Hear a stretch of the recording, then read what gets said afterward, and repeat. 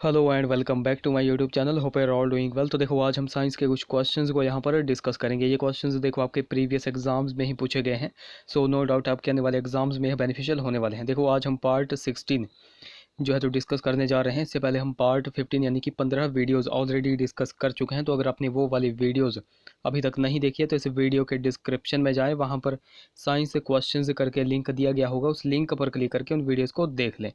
तो चलिए वीडियो को शुरू करते हैं। तो अगर आप पहली बार हमारे चैनल पर विजिट कर रहे हो तो ज़रूर से हमारे चैनल को सब्सक्राइब कर दें, साथ में बेल आइकन को ज़रूर प्रेस करें और साथ में इस वीडियो को लाइक ज़रूर कर दें। अभी हम यहाँ पर टोटल 26 क्वेश्चंस को डिस्कस करेंगे, 26 क्वेश्चंस को डिस्कस करेंगे। तो वीडियो के अंत में आपको नीचे कमेंट करके बताना है अपना स्कोर कि आपके इन 26 क्वेश्चंस में से कितने क्वेश्चन सही हुए। तो चलिए बात करते हैं हमारे क्वेश्चन नंबर फर्स्ट यानी कि क्वेश्चन नंबर 41 की। टाइड्स आर कॉज्ड बाय, तो ज्वार भाटा आने का कारण क्या होता है? आई थिंक सभी को पता होगा, gravitational pull of sun and moon, यानी कि सूर्य और चंद्र का गुरुत्वीय खिंचाव की वजह से जो है तो ज्वार भाटा आते हैं। ऑप्शन ए देखो यहाँ पर बिल्कुल करेक्ट हो जाएगा। अगले क्वेश्चन की बात करें। A rocket is propelled by, एक रॉकेट किससे प्रणोदित होता है? अब देखो एक रॉकेट किससे जो है तो प्रोपेल्ड होता है। सो 42 का option B correct. The force of escaping hot gases, यानी कि पलायनी तत्व गैसों के बल से जो है तो एक रॉकेट प्रोपेल्ड होता है। ऑप्शन बी यहाँ पर करेक्ट हो जाएगा। अगले क्वेश्चन की बात करें। क्वेश्चन नंबर हमारा 43 है। कार्बोहाइड्रेट्स आर, कार्बोहाइड्रेट जो है तो क्या करते हैं? देखो मोस्ट इंपॉर्टेंट क्वेश्चन मैं इसको कहूँगा, ये क्वेश्चन बहुत बार रिपीट होता है।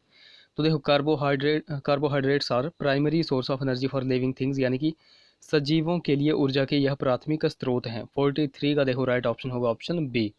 अगले क्वेश्चन की बात करें, क्वेश्चन हमारा 44 है। Genetic engineering is concerned with, तो जेनेटिक अभियांत्रिकी का संबंध जो है तो किससे है? अब देखो ये भी क्वेश्चन इंपॉर्टेंट है। सो 44 का ऑप्शन सी करेक्ट हो जाएगा। Alteration of jeans of living creatures, यानी कि सजीव प्राणियों के जीनों के रूपांतरण से इनका संबंध है। जननिक अभियांत्रिकी का संबंध किससे है? सजीव प्राणियों के जीनों के रूपांतरण से। ऑप्शन सी यहाँ पर करेक्ट हो जाएगा। क्वेश्चन हमारा 45 है।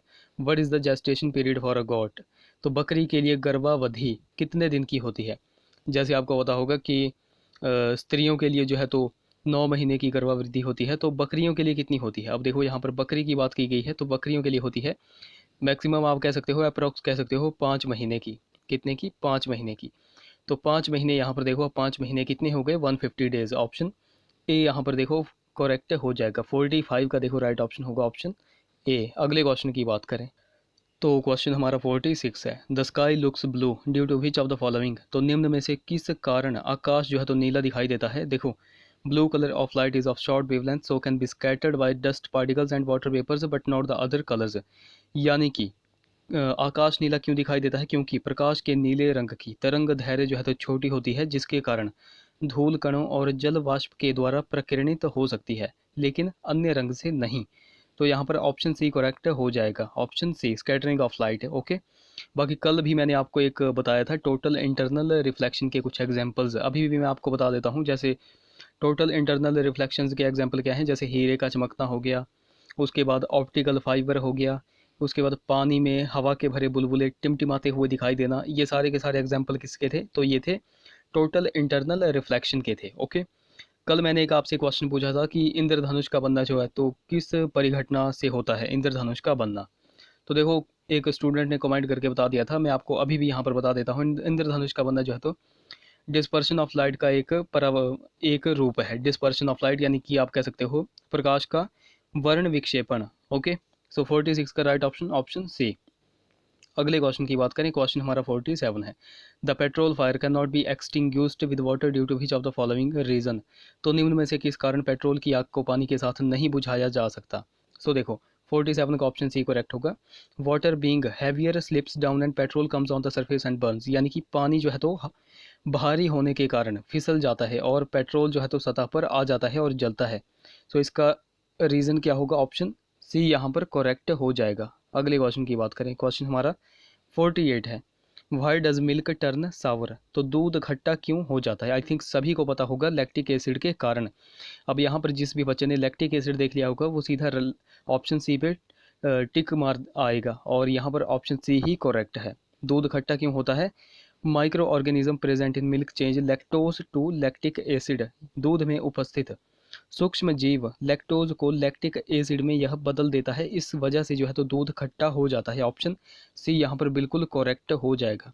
अगले क्वेश्चन की बात करें, क्वेश्चन हमारा 49 है, why do we need proteins, तो हमें प्रोटीन की आवश्यकता क्यों होती है। देखो इसको भी मैं मोस्ट इंपॉर्टेंट क्वेश्चन मान के चलूँगा। देखो ये माइंड बेस्ड क्वेश्चन है और ये अक्सर एग्जाम में पूछे जाते हैं। हमें प्रोटीन की आवश्यकता क्यों होती है, for producing hormones and antibodies, यानी कि हार्मोन और एंटीबायोटिक उत्पन्न करने के लिए हमको जो है तो प्रोटीन की आवश्यकता होती है। ऑप्शन बी यहाँ पर बिल्कुल करेक्ट हो जाएगा।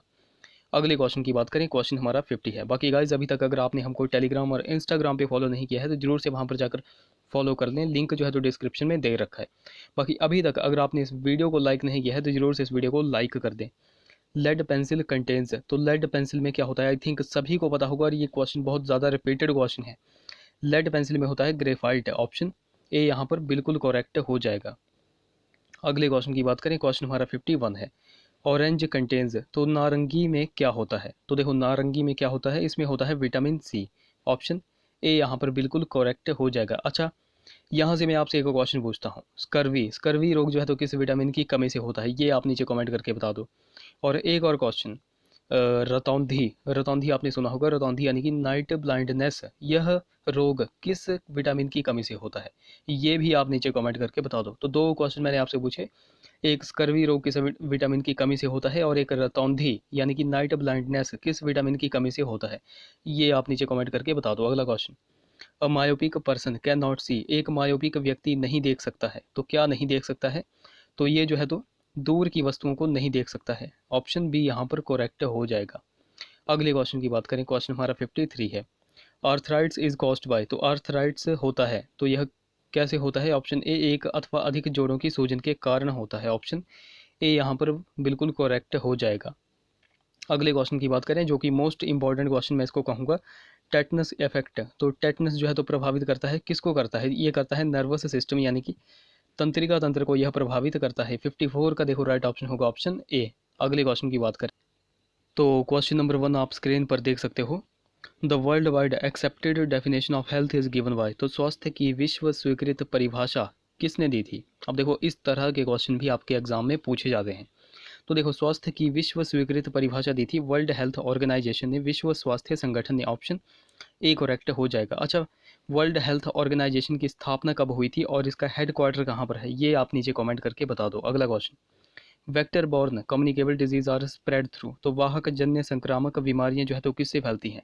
अब देखो ये क्वेश्चन मैं इसको इंपॉर्टेंट कहूँगा। सो क्वेश्चन नंबर 2 का देखो राइट ऑप्शन होगा ऑप्शन ऑप्शन बी यहाँ पर करेक्ट हो जाएगा। अब देखो कुछ स्टूडेंट्स यहाँ पर कंफ्यूज होते हैं जल में, कि वाहक जन्य संक्रामक बीमारियां जो है तो जल से फैलती हैं, पर देखो ये जल से नहीं मच्छरों से फैलती हैं। ऑप्शन बी यहाँ पर बिल्कुल करेक्ट हो जाएगा। अगला question, one of the major cause of non communicable diseases, तो असंक्रामक रोगों का एक मुख्य कारण है। देखो असंक्रामक रोग हो गए और संक्रामक रोग हो गए, यहाँ से भी क्वेश्चन से पूछे जाते हैं। तो यहाँ पर पूछा गया है असंक्रामक रोगों का मुख्य कारण क्या है, तो मुख्य कारण क्या हो जाएगा, फिजिकल इनएक्टिविटी यानी कि शारीरिक अक्रियाशीलता। ऑप्शन बी देखो यहाँ पर बिल्कुल करेक्ट हो जाएगा। अगला क्वेश्चन, तो क्वेश्चन नंबर 15 आप स्क्रीन पर देख सकते हो, what helps to make bone so strong, तो हड्डियों को मजबूत बनाने में क्या सहायता करता है, कौन सा विटामिन जो है तो सहायता करता है।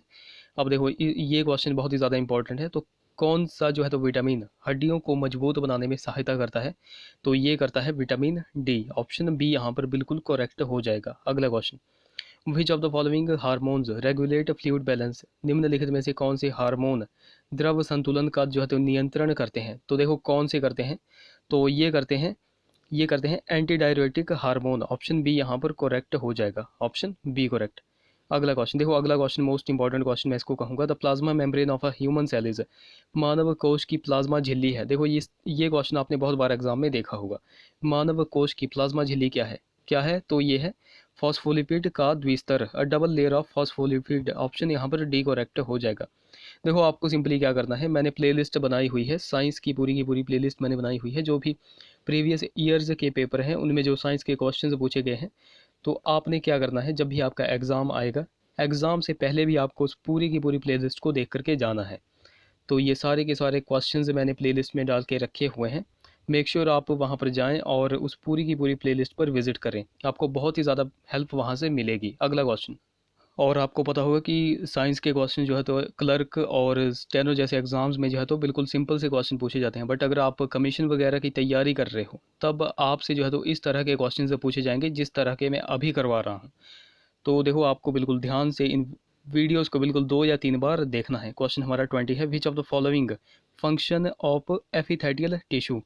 तो निम्नलिखित में से कौन सा उपकला ऊतक का कार्य है, तो कौन सा है। सो 20 का देखो राइट ऑप्शन हो जाएगा option D, all of these, यानी कि एब्जॉर्प्शन, प्रोटेक्शन और सिग्रेशन। ऑप्शन डी यहाँ पर करेक्ट हो जाएगा ये सभी। अगला क्वेश्चन नंबर हमारा 21 है, the process of taking food into the digestive system is known as. तो आहार को पाचन तंत्र में लेने की प्रक्रिया को क्या कहा जाता है, तो क्या कहा जाता है, इसको कहा जाता है इंजेशन। ऑप्शन ए करेक्ट हो जाएगा, अंतर्ग्रहण। ऑप्शन ए यहाँ पर करेक्ट हो जाएगा। देखो यहाँ पर आपको कंफ्यूज नहीं होना कि डाइजेशन होगा या फिर अंतर्ग्रहण होगा, तो यहाँ पर ऑप्शन ए आपको बिल्कुल नोट रखना है। अगला क्वेश्चन, तो क्वेश्चन नंबर देखो 28, it is better to exercise. तो व्यायाम करना उत्तम है कब, भोजन से पहले, भोजन के बाद, भोजन के 2 घंटे या पहले या 2 घंटे बाद, या व्यक्ति जब चाहे। अब देखो इस तरह के माइंड बेस्ड क्वेश्चन भी अक्सर एग्जाम में पूछे जाते हैं, इनको हम रीजनिंग के क्वेश्चन बोल सकते हैं।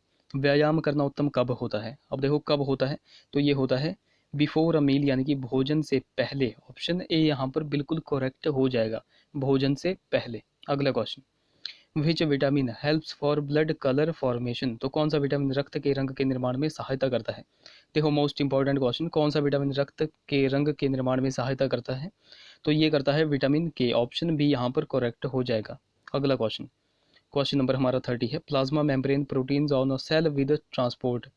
तो कोश पर प्लाज्मा झिल्ली प्रोटीन स्थानांतरित करेगा, क्या करेगा, तो ये करेगा molecules through the cell membrane, कोश झिल्ली से अणुओं का। ऑप्शन सी यहाँ पर बिल्कुल करेक्ट हो जाएगा। अगले क्वेश्चन की बात करें, क्वेश्चन हमारा 31 है, which system of the body is involve in motor learning. तो शरीर का कौन सा तंत्र गणिक अधिगम में शामिल है, तो वह कौन सा है। सो 31 का देखो राइट ऑप्शन होगा ऑप्शन ऑप्शन बी, श्वसन।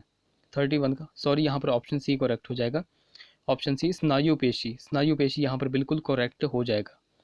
तो देखो गाइस, ये थे हमारे कुछ क्वेश्चंस। आई होप वीडियो आपको इन्फॉर्मेटिव लगी होगी। अगर वीडियो अच्छी लगी है तो जरूर से इसे लाइक करें, शेयर करें, चैनल को सब्सक्राइब करें, साथ में बेल आइकन को जरूर दबाएं। तो चलिए मिलते हैं आप अगली वीडियो में। Till then take care.